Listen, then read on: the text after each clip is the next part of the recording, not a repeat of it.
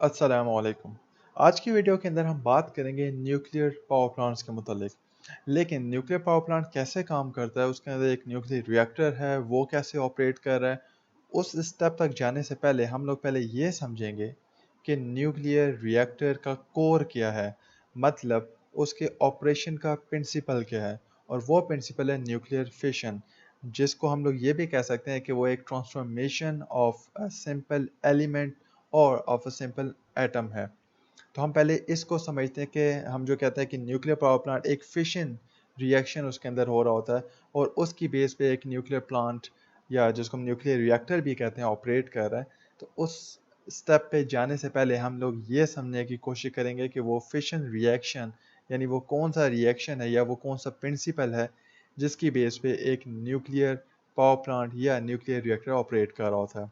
तो आज की जो वीडियो है वो इसका फर्स्ट स्टेप है। इसके बाद हम लोग इसकी डिटेल वीडियोस बनाएंगे, मतलब इसके नेक्स्ट स्टेप्स होंगे step 2, step 3 and then final step 4। तो पहले स्टेप के अंदर हम बात करेंगे कि फिशन रिएक्शन है क्या। तो सबसे पहले फिशन रिएक्शन को आसान अल्फाज में अगर मैं आपको बताऊं तो वो एक ये रिएक्शन है कि हम एक रेडियो एक्टिव आइसोटॉप उठाते हैं या रेडियो एक्टिव एलिमेंट्स। अगर हम अपनी प्रोडक्ट टेबल देखें तो उस प्रोडक्ट टेबल के अंदर आपको नज़र आएगा कि यहाँ पे जो हमारे पास दो कॉलम्स होते हैं, दो रोज होती हैं, मल्टीपल कॉलम्स होते हैं, उनके अंदर जो जो हमारे पास एलिमेंट मौजूद है वो सारे रेडियो एक्टिव हैं। रेडियो एक्टिव का मतलब ये है कि वो कॉन्टीन्यूसली वो एक एटम जो है उनका वो रेडिएशन इमिट कर रहा होता है। यानी या तो अल्फा पार्टिकल्स इमिट कर रहा होता है, बीटा पार्टिकल्स इमिट कर रहा होता है, गामा पार्टिकल्स, मतलब उसके अंदर से कुछ ना कुछ शुआएं निकल रही होती हैं। और उन शुआओं की निकलने की वजह से वो एटम हर वक्त अपनी अपना साइज, अपनी शेप या अपनी प्रॉपर्टीज़ को चेंज कर रहा होता है। ठीक है, तो इस तरह जैसा अभी मेरे पास ये यूरेनियम का 2835 एक आइसोटॉप मौजूद है। ये आइसोटॉप अगर आप देखें तो बार बार अपनी पोजीशन कह लें, इसके अंदर की जो प्रोटॉन्स हैं, जो न्यूट्रॉन्स हैं, ये न्यूट्रॉन का सिंबल है, ये प्रोटॉन्स का। तो ये अपने आप को चेंज करने की कोशिश कर रहा है। एक्चुअली ये कुछ रेडिएशन इमिट कर रहा है और अपने आप को साथ में स्टेबल करने की कोशिश कर रहा है। और स्टेबल इस तरह होता है कि अक्सर वो या तो न्यू आइसोटॉप बन जाता है या न्यू एलिमेंट में कन्वर्ट हो जाता है। इस तरह के डिफरेंट प्रोसेसेस हो रहे होते हैं उनके। तो इस टाइम जो मेरे पास ये यूरेनियम 235 एक आइसोटॉप मौजूद है, तो ये रेडियो एक्टिव है और कॉन्टीन्यूसली रेडिएशन इमिट कर रहा है। मैंने अभी आपको कहा था कि ये जब रेडिएशन इमिट कर रहा है अल्फ़ा बीटा गामा, और ये क्या होती हैं ये अगर आपको नहीं पता तो हम लोग इसको नेक्स्ट वीडियो के अंदर कवर कर लेंगे, लेकिन ये बहुत फंडामेंटल्स कॉन्सेप्ट्स हैं। तो ये जो रेडिएशन इमिट कर रहा है कॉन्टीन्यूसली, तो मैंने ये कहा था कि इसका मतलब ये एक न्यू एलिमेंट में जा रहा है। तो एक्चुअली हो ये रहा होता कि सारे आइसोटॉप्स या सारे रेडियोएक्टिव एलिमेंट्स न्यू एलिमेंट में कन्वर्ट नहीं हो रहे होते। कुछ एलिमेंट्स इस तरह होते हैं कि उनकी इतनी ज़्यादा रेडिएशंस आउट होती हैं, यानी ज़्यादा रेडिएशंस आउट होती हैं, फिर जाके वो एक न्यू आइसोटॉप में या न्यू एलिमेंट में कन्वर्ट हो रहे होते हैं, जिसको हम हाफ लाइफ भी कह रहे होते हैं। मतलब उनको कितना टाइम लगा कि वो एक न्यू आइसोटॉप के अंदर या एक न्यू एलिमेंट के अंदर कन्वर्ट हो गए। अगर मैं आयोडीन की बात करूं तो आयोडीन का एक आइसोटॉप है जो रेडियो एक्टिव है, वो तकरीबन 8 मिनट के अंदर चेंज हो जाता है। यानी वो पहले आयोडीन था, 8 मिनट के बाद वो एक रेडियो एक्टिव आयोडीन से एक कम्प्लीटली डिफरेंट एलिमेंट बन चुका होता है, क्योंकि वो अपने प्रोटॉन्स लूज कर लेता है और सन न्यूट्रॉन्स वगैरह सब कुछ लूज कर रहा होता है। तो इस टाइम जो मेरे पास यूरेनियम 235 है, इसकी half life millions of years के अंदर है। और इसका मतलब ये है कि कॉन्टीन्यूसली रेडिएशन तो एमिट कर रहा है, जिसे आप देख रहे हैं ये कुछ चेंज करने की कोशिश कर रहा है अपने आप को। रेडिएशन यहाँ पे शो नहीं हो रही, वो रेडिएशन तो एमिट करने की कोशिश कर रहा है, लेकिन इसकी कितनी रेडिएशन, यानी एक लिमिट से ज़्यादा जब वो रेडिएशन एमिट करेगा तब जाके वो एक कंप्लीट न्यू एलिमेंट में कन्वर्ट होगा। तो मेन चीज़ मैंने आपको ये बतानी थी कि ये रेडियो एक्टिव एलिमेंट इस तरह के एलिमेंट्स हैं जो रेडिएशन एमिट कर रहे होते हैं, और या तो शुआएँ उसमें से निकल रही हैं जो अल्फ़ा बीटा गामा के अंदर हम लोग उसको कैटेगराइज कर रहे होते हैं, और इनके निकलने की वजह से वो कुछ अरसे के बाद एक कंप्लीट न्यू एलिमेंट में कन्वर्ट हो जाते हैं वैसे। और वो कितने अरसे में कन्वर्ट होंगे उसको हम हाफ साइकिल कहते हैं। यूरेनियम की मिलियंस ऑफ ईयर्स है, और कुछ आइसोटॉप्स की इससे भी ज़्यादा है, और कुछ रेडियो एक्टिव आइसोटॉप्स की इससे बहुत कम है। जैसा मैंने आपको एक आयोडीन की एग्जाम्पल दी, उसकी 8 मिनट है। तो अब ये बात करते हैं कि न्यूक्लियर फिशन क्या है। फिशन ये है कि मेरे पास इस तरह का कोई भी आइसोटॉप हो, यूरेनियम का फॉर एग्जांपल, या इसके अलावा रेडियम है फॉर इंस्टेंस, लेकिन हम लोग अगर न्यूक्लियर प्लांट्स की बात करें तो हम लोग अक्सर यूरेनियम या प्लूटोनियम यूज़ कर रहे होते हैं।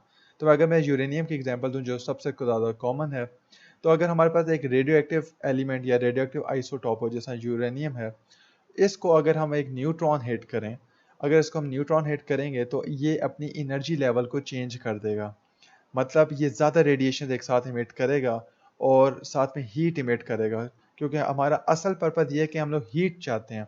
अगर हमें हीट मिलेगी तो हीट को हम यूज़ करेंगे पानी को बॉयल करने में, पानी बॉयल होकर स्टीम में कन्वर्ट हो जाएगा और फिर हम लोग स्टीम पावर प्लांट चलाएंगे। एक nuclear reactor steam power plant होता है, उससे हम लोग स्टीम पावर प्लांट चला रहे होते हैं, मतलब वो डायरेक्टली न्यूक्लियर रिएक्टर से हम एनर्जी प्रोड्यूस नहीं कर रहे होते। तो हमारा पर्पज़ ये है कि इस आइसोटोप को इस तरह तोड़ें या इस आइसोटोप से हम लोग इस एलिमेंट से हीट इस तरह लें कि हमारा पानी बॉयल हो और पानी बॉयल होने से वो भाप बने यानी स्टीम बने और उससे हम स्टीम पावर प्लांट चला लें। तो इसका एक ही तरीका ये है कि हम इसको एक न्यूट्रॉन बमबार करें, मतलब एक न्यूट्रॉन मैं इसको हिट कराऊंगा। जब न्यूट्रॉन हिट कराऊंगा तो अभी आप नीचे इस ग्राफ से देख रहे हैं कि इस टाइम इसकी जो एनर्जी लेवल है वो ये येलो लाइन शो कर रहा है, और अगर इसका एनर्जी लेवल इस ब्लू लाइन तक पहुंच गया तो ये डिस्ट्रॉय हो जाएगा। तो ये डिस्ट्रॉय होने के साथ टू पार्टिकल्स मतलब दो छोटे पार्ट्स में कन्वर्ट हो जाएगा, साथ में आपको हीट दे के चला जाएगा जो कि आप चाहते हैं। ये एक चीज़ ज़रूरी है कि जब भी आप यूरेनियम को मतलब न्यूट्रॉन से हिट करवाएंगे तो आपको हीट तो मिलेगी, लेकिन ये आइसोटॉप उसी वक्त डिस्ट्रॉय होके दो छोटे आइसोटॉप्स के अंदर कन्वर्ट हो जाएगा जो कि स्टेबल होंगे। यूरेनियम इस टाइम स्टेबल नहीं है, मैं रेडिएशन एमिट कर रहा हूँ कॉन्टीन्यूसली और ये अपनी चेंज करने की कोशिश कर रहा है, ये अपने आप को स्टेबल करने की कोशिश कर रहा है। एक और पॉइंट हम जो कहते हैं रेडियोएक्टिव एलिमेंट्स जो रेडिएशन एमिट कर रहे होते हैं वो एक्चुअली अपने आप को स्टेबल करने की कोशिश कर रहे होते हैं। तो जब हम इसको न्यूट्रॉन हिट करेंगे तो ये स्टेबल होने की कोशिश करेगा, क्योंकि इसको हमने एक एनर्जी हिट की है, न्यूट्रॉन के अंदर एनर्जी है। जैसे इसको एनर्जी मिलेगी तो अपने आप को स्टेबल करने की कोशिश करेगा, तो ये डिस्ट्रॉय होके दो छोटे एटम्स के अंदर या एलिमेंट्स के अंदर कन्वर्ट हो जाएगा जो कि ज़्यादा बेहतर है, जो कि ज़्यादा स्टेबल है। तो अभी इसको हम करके देख लेते हैं।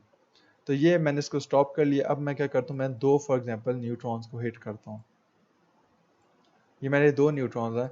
अभी आप देखिएगा इसकी एनर्जी लेवल इस येलो लाइन पे है। अगर ये हम चाहते हैं कि ये मतलब हीट इमिट करे तो इसको डिस्ट्रॉय होना पड़ेगा। जैसे ही डिस्ट्रॉय होगा तो बहुत ज़्यादा हीट भी प्रोड्यूस करेगा, तो इस ब्लू लेवल तक इसको पहुंचना है। तो जैसे इस ब्लू लेवल तक पहुंचेगा तो ये खुद तो डिस्ट्रॉय हो जाएगा दो स्मॉलर न्यूक्लियाइज के अंदर, जिसको हम कहते हैं डॉटर न्यूक्लियाई या डॉटर एलिमेंट्स, क्योंकि एक्चुअली ये यूरेनियम का न्यूक्लियस है। मतलब आपको इलेक्ट्रॉन्स नज़र नहीं आ रहे, मैं एटम एटम कह रहा हूँ, लेकिन ये एक्चुअली उसका प्रोटॉन न्यूट्रॉन शो कर रहे हैं, ये इसका न्यूक्लियस शो कर रहे हैं।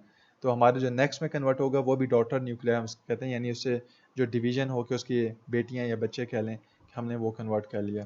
तो अभी मैं दो न्यूट्रॉन्स हिट कर रहा हूँ इस यूरेनियम को। तो अभी आप देखेंगे यहाँ से, आप देखिएगा इस लाइन से कि इसकी किस तरह एनर्जी लेवल चेंज हो रहा है।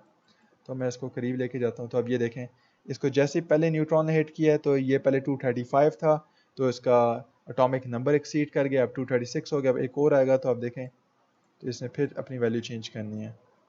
तो इस टाइम आप देख रहे हैं कि ये कम्प्लीटली वैल्यू चेंज कर चुका है अपनी। आप देख रहे हैं कि इसका एनर्जी लेवल बहुत ज़्यादा चेंज हो चुका है। पहले वो यहाँ पे लाई कर रहा था, न्यूट्रॉन इसको स्टेबल नहीं होने दे रहा। तो अभी आप देखें एक न्यूट्रॉन को मतलब बम्बार करके निकल गया और इसके अंदर काफ़ी ज़्यादा चेंजेस आ चुकी हैं, मतलब इसका एनर्जी लेवल बहुत ज़्यादा राइज़ हो चुका है, एक्साइट कर दिया है।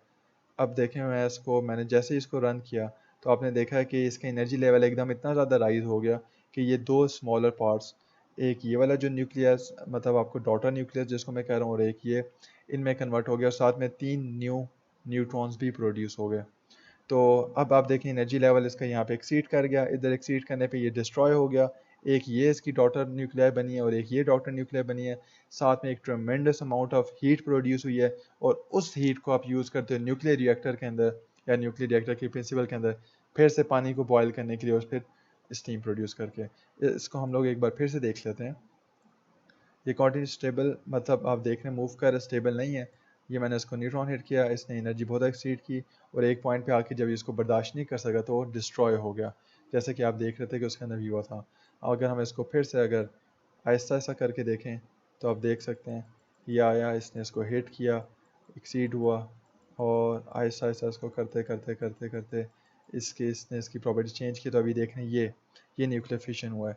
ये न्यूक्लियर फिशन होने की वजह से ये इसने हीट प्रोड्यूस किया है। हीट प्रोड्यूस करने के साथ ये डिवाइड हो गया दो डॉटर न्यूक्लियस के अंदर। एक ज़्यादा बड़ा होता है डॉटर न्यूक्लियर, एक गालमन क्रिप्टॉन होता है, और उससे लेस मतलब एटॉमिक नंबर के हिसाब से न्यूक्लियर प्रोड्यूस होता है। तो अब ये देखें साथ में ये तीन न्यूट्रॉन्स भी प्रोड्यूस होते हैं। तो हम लोग इस तरह करते करते इसको डिस्ट्रॉय करते हैं। और ये एक न्यूक्लियर रिएक्टर का वर्किंग प्रिंसिपल है, और वो है न्यूक्लियर फिशन। और न्यूक्लियर फिशन कैसे होता है वो मैंने आपको भी एक्सप्लेन कर दिया। तो नेक्स्ट स्टेप ये होता है कि हमने एक को मतलब एक न्यूट्रॉन के थ्रू हम लोग फिर से एक मतलब यूरेनियम को हीट करेंगे। यूरेनियम फिर खुद 3 न्यूट्रॉन्स प्रोड्यूस करता है। फिर ये 3 न्यूट्रॉन्स इसके साथ में इस तरह के मौजूद यूरेनियम के मटेरियल्स को जाके हीट करेगा, और वो फिर इस तरह हीट प्रोड्यूस करेंगे और वो डिस्ट्रॉय होंगे। इस तरह वो चलता चलता जाएगा। इसको चेन रिएक्शन कहते हैं, जो कि मैं इंशाल्लाह आपको नेक्स्ट वीडियो के अंदर एक्सप्लेन करूंगा। उसके बाद हम न्यूक्लियर रिएक्टर्स पे जाएंगे कि न्यूक्लियर रिएक्टर कैसे काम कर रहा है, और फिर हम एक प्रॉपर न्यूक्लियर रिएक्टर को देखेंगे वहाँ से कैसे हम लोग स्टीम प्रोड्यूस कर रहे हैं और स्टीम टरबाइन को रन कर रहे हैं। एक और पॉइंट मैं आपको बताना चाहूँगा कि यूरेनियम का साइज़ यहाँ पे जो आप देख रहे हैं वो हमेशा स्पेसिफिक होना चाहिए, यानी एक रेंज से ऊपर होना चाहिए, जिसको हम क्रिटिकल मास कहते हैं। अगर उससे कम आप क्वांटिटी में मास रखोगे यूरेनियम का और फिर आप न्यूट्रॉन हिट करोगे, तो आपका न्यूक्लियर फिशन रिएक्शन नहीं हो पाएगा, क्योंकि वो बहुत ही स्मॉल है और इतना ज़्यादा उसके अंदर मतलब आप उसकी अंदर की प्रॉपर्टीज़ को इतना ज़्यादा चेंज नहीं कर पा रहे। यानी एक स्पेसिफिक अमाउंट आपकी होनी चाहिए इस यूरेनियम की, या जो भी रेडियो एक्टिव मटीरियल आप अपने न्यूक्लियर प्लांट के अंदर यूज़ कर रहे हो, और फिर उसको हम क्रिटिकल मास कह रहे होते हैं। तो मैं उम्मीद करता हूँ आपको ये वीडियो मेरी समझ आ गई होगी, और तो प्लीज़ मुझे कमेंट करके बताएं कि आपको वीडियो कैसे लगी, और प्लीज़ इस वीडियो को लाइक करें, शेयर करें और इस चैनल को सब्सक्राइब करें। थैंक यू एंड अल्लाह हाफिज़।